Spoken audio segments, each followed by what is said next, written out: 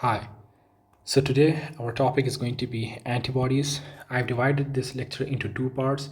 The first part is going to be about the general overview about antibodies, and the second part is going to be about the types of antibodies and their specific functions.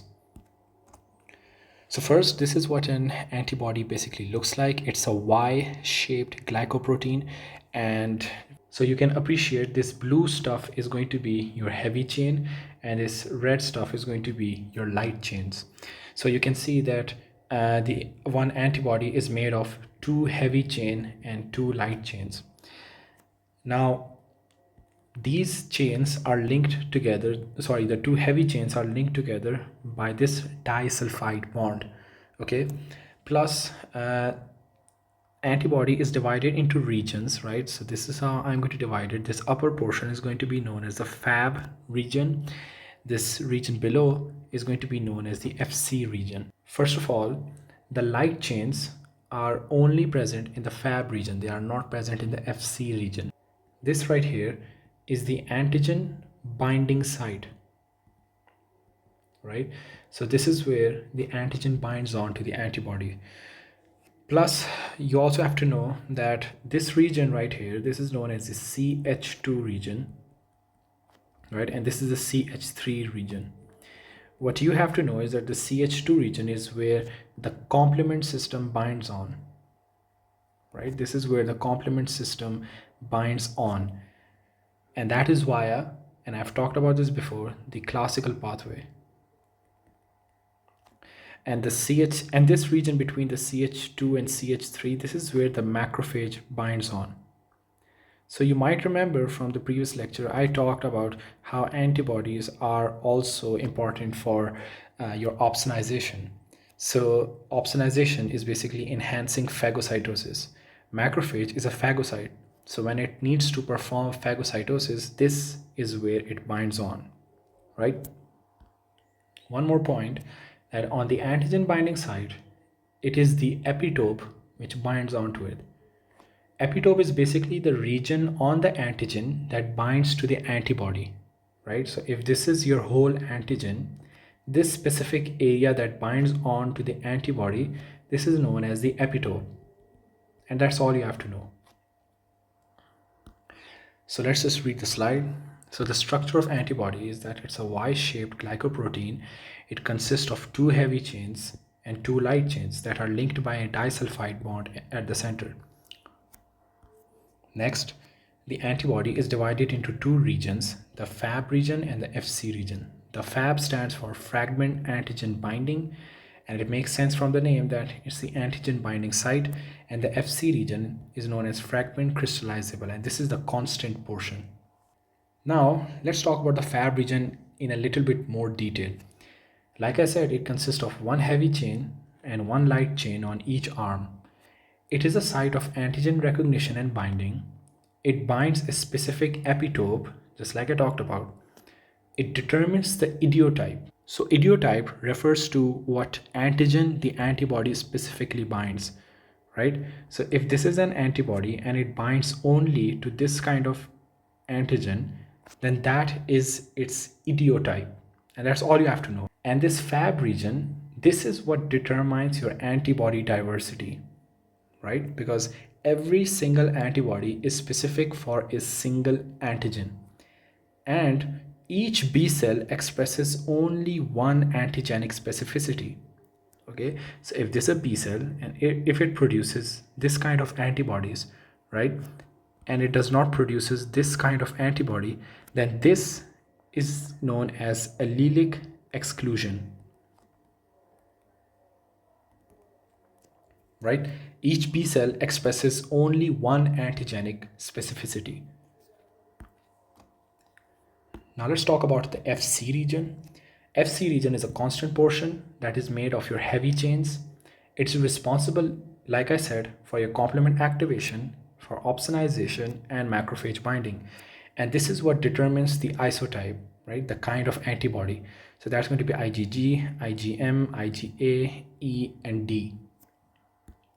And we will discuss each of these isotype in a separate lecture. Now let me just talk a little bit about what is known as antibody diversity, right? And a lot of this has to do with VDJ recombination, and I have talked about this before. But just for a brief overview, VDJ are gene segments, and each of these segments has multiple copies of themselves, right?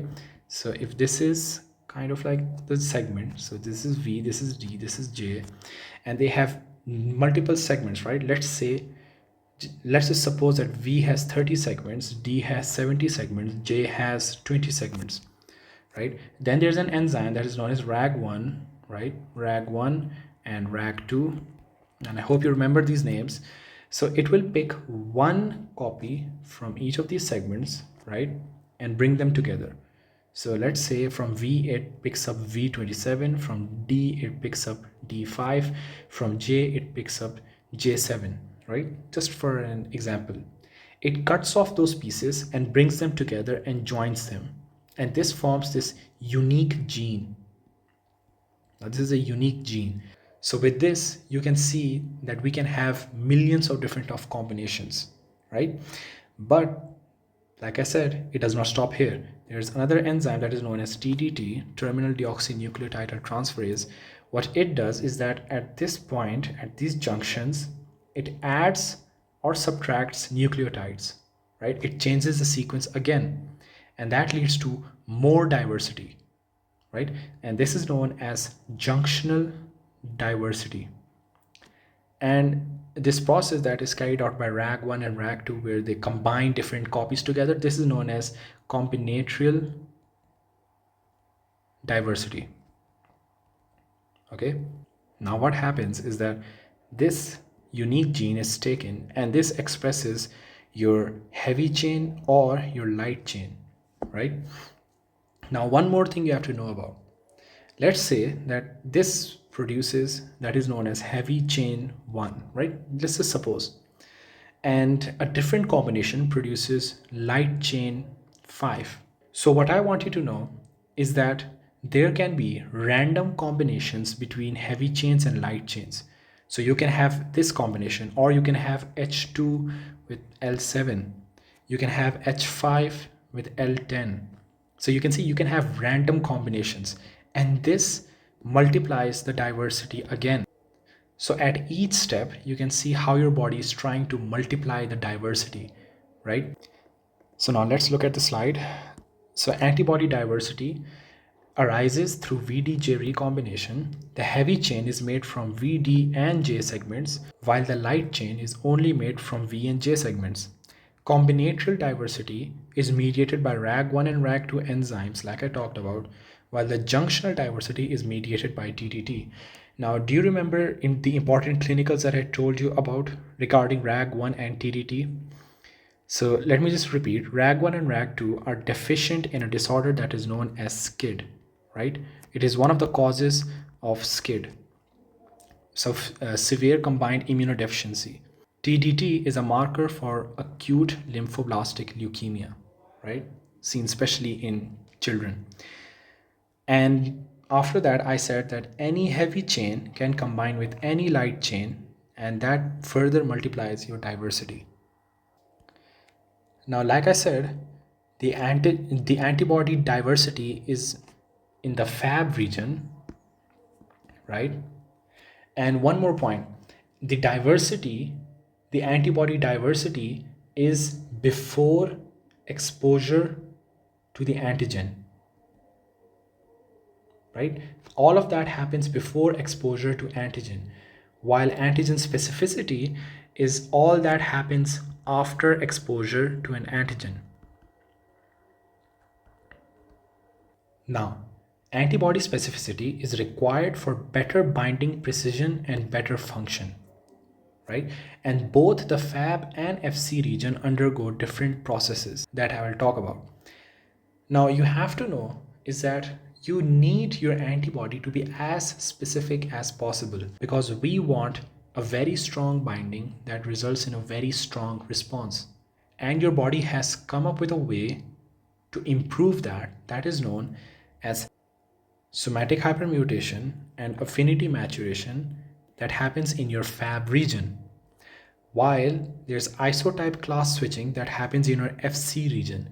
Both of these processes, right, they improve the antibody specificity and cause better binding to the antigen. So now first let's discuss somatic hypermutation and affinity maturation. In somatic hypermutation, this occurs in your germinal centers of the lymph nodes. There are point mutations that are introduced in the variable region of the immunoglobulin gene. This variable region is the Fab region. And these mutations, right, certain mutations lead to increased binding to its antigen. This is known as somatic hypermutation. Next, affinity maturation. So the B cells that produce the antibody that has a higher affinity to the antigen, they undergo clonal expansion. And I've talked about this before. Clonal expansion is when basically the B cell, for example, this is the B cell that produces this antibody that is very specific to the antigen and produces very strong binding, right? What your body does is that it makes more copies of this same B cell, right? And that is known as affinity maturation. Now, this is what happens with the ones that produce a strong affinity or strong binding. What happens to those who show weak binding or weak affinity? Well, they undergo apoptosis and there is rapid B cell proliferation of the strong binding ones, and that leads to your pale germinal centers that you see in your lymph node. And it is due to the proliferation of these B cells that your lymph nodes, they swell and they become tender, and that is a phenomena that is known as lymphadenopathy. And this is mostly prevalent in infections and inflammatory stages. Finally, isotype switching, right? Again, it occurs in your germinal centers, and I think I've talked about this a lot, but it requires a CD40-CD40L interaction between the B cell and the T helper 2 subtype. The T helper 2 cell releases cytokines that are interleukin 4 and interleukin 5. Interleukin 5 is responsible for converting IgM into IgE and IgG. Interleukin 5, although it has other functions, but in this scenario, you have to know that it converts IgM into IgA.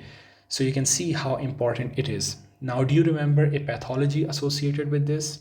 Exactly, hyper IgM syndrome. And that is due to defective CD40-CD40L interaction.